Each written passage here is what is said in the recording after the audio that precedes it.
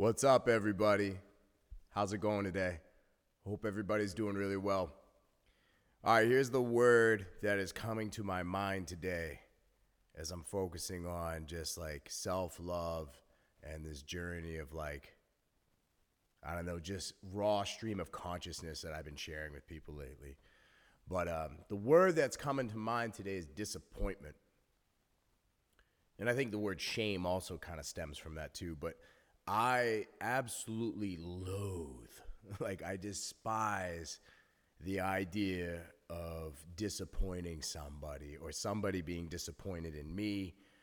I hate letting people down. And I rarely use the word hate, but I can feel it in my core. I despise it so much.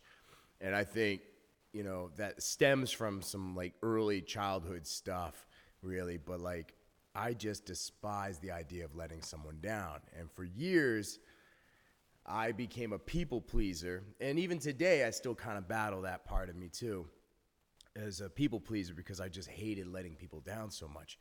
I would feel intense shame, from the idea of letting somebody down, and so that's been weighing really, really heavy on me lately. I feel like I've let some people down in my life, and then all of a sudden I start replaying this reel in my head of all the times I've let people down in my life.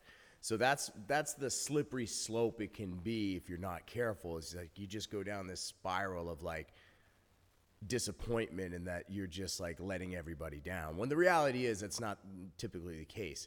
I tend to play stuff up way bigger in my own head than actually what's going on. And I don't know if you can relate to that, but me personally, if I feel like I've let somebody down and I haven't had a chance to talk to the person yet, it is magnified by 1,000 in my own head, especially if I'm only reading the interaction, if we're only interacting through text, and you might say that if I, interpret that maybe I've let you down, oh man, I've built it, I'm reading it in the worst possible way. So some of the things that really serve me in this situation is, one, to breathe and actually talk this stuff out loud. Because once I start saying out these beliefs that I feel like I have in my head about the disappointment and what I'm going through, and I start saying them out loud, even to myself, I can start hearing whether or not that belief is true or not. Because it's amazing how the body rejects lies. Physically, when I say something out loud and it's really not true, it just doesn't sound right. You ever started a sentence by saying this is going to sound stupid, or this doesn't, this is going to sound crazy. You already know it's not true. So saying things out loud really helps me. Second, actually talking to the person that you feel like you've let down and finding out the real truth is. And not talking through text. Don't do text. For me, text is dangerous. I don't like it because I can't hear, I can't feel the energy through it as much. So if I'm on the phone with the person or we're talking in person, that helps. And then I can hear the real truth. And here's the thing. Sometimes you are going to just let people down and you are going to disappoint people. But it doesn't define who you are. It doesn't mean you're a bad person. You have a chance to make things right. So disappointment is always one of those things that I absolutely despise, letting people down.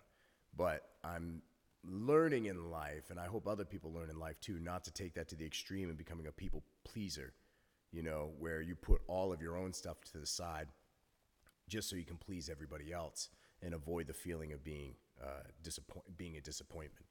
So it's a complicated mess. But again, when you start going down that path of I'm letting people down, you start replaying this reel in your head of all the times in your life when you've let people down.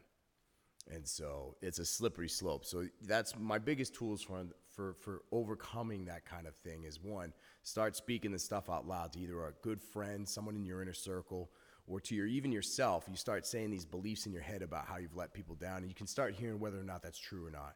You can tell whether or not it's that makes no sense whatsoever when you say it out loud. Second thing is, talk to the person, not in text. Get on the phone, see them in person, and actually talk it through. And the third thing too is just accept that, look, sometimes you are gonna let people down, but it doesn't define who you are. It doesn't mean you're a terrible human being. And even if a person like chooses not to forgive you, if you ask for forgiveness and they don't forgive you, that's fine. Like, you've got to learn how to move on and learn that that stuff, again, doesn't define you. Like, look, for myself, I don't always do things right, but I swear I will never stop trying to make things right. And that's my thing in life. I've made epic mistakes in my life. Epic, but like many of us have. And I'm not minimizing what I've done in life. I'm just saying, like, look, I'm not going to let those things haunt me forever.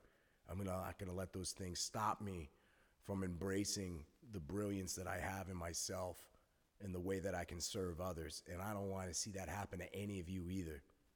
So no matter what's happened in your life, no matter how many people you've let down, don't ever let that stop you from being your best self and being able to serve others.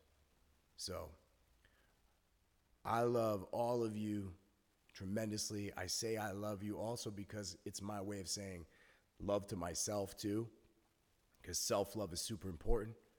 And I share these messages for me, and I share them for you too, to let you know that you're not alone in this world for how you think.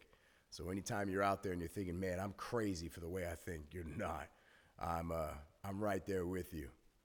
And I just happen to have a few tools in my tool belt on how to serve that way. And that's what I do with a lot of my clients, is just I use my experiences and my education that I've gotten to help serve others. So I love all of you so much. So grateful for this entire network.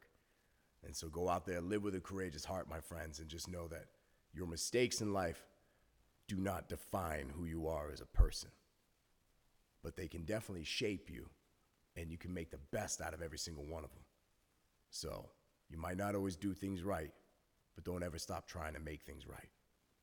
Take care. Bye.